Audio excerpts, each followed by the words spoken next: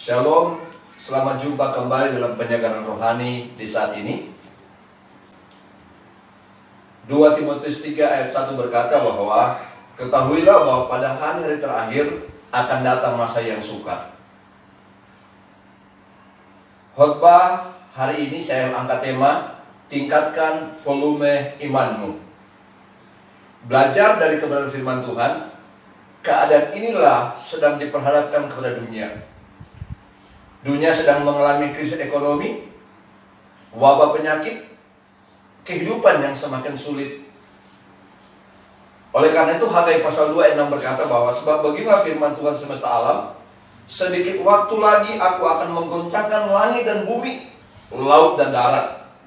Bahkan dikuatkan dalam Ibrani pasal 12 ayat 26-27 berkata, sekali lagi aku akan menggoncangkan bukan bumi saja, tapi langit juga. Peristiwa ini mengingatkan kepada kita manusia bahwa yang punya langit dan bumi adalah Tuhan, bukan punya manusia. Kita tidak perlu sombong, kita nggak perlu angku, kita nggak perlu merasa kita hebat, kita kaya, sehingga rasanya kita memiliki dunia ini. Alkitab berkata, apa gunanya seorang memiliki dunia ini, namun dia kehilangan nyawanya.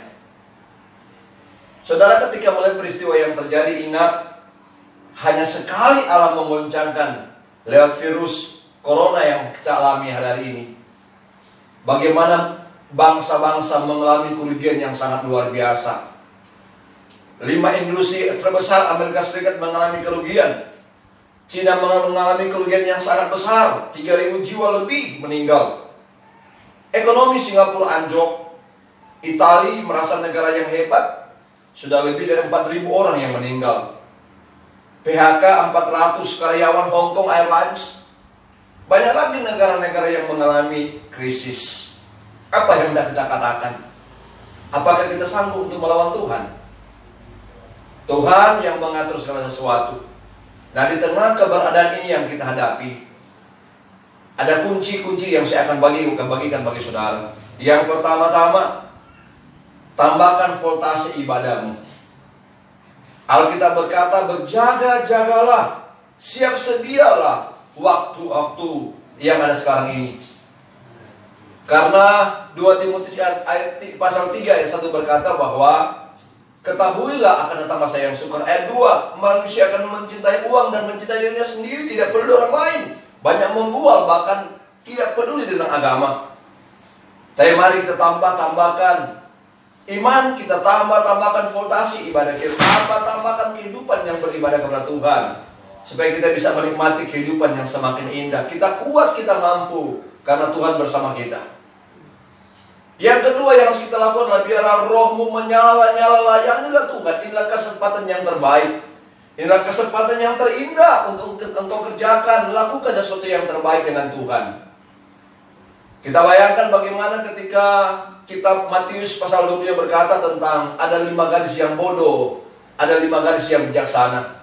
Kerinduan kita bersama supaya kita ada pada tempat di mana kita menjadi wanita-wanita yang bijaksana, gereja-gereja yang bijaksana, yang menyediakan pelitanya dan menyiapkan minyaknya, siap sedia dalam segala hal, sehingga kita tidak akan pernah ketinggalan, kita tidak akan pernah terlupakan. Ketika pengantin datang, kita tidak diterima karena kita nggak siap.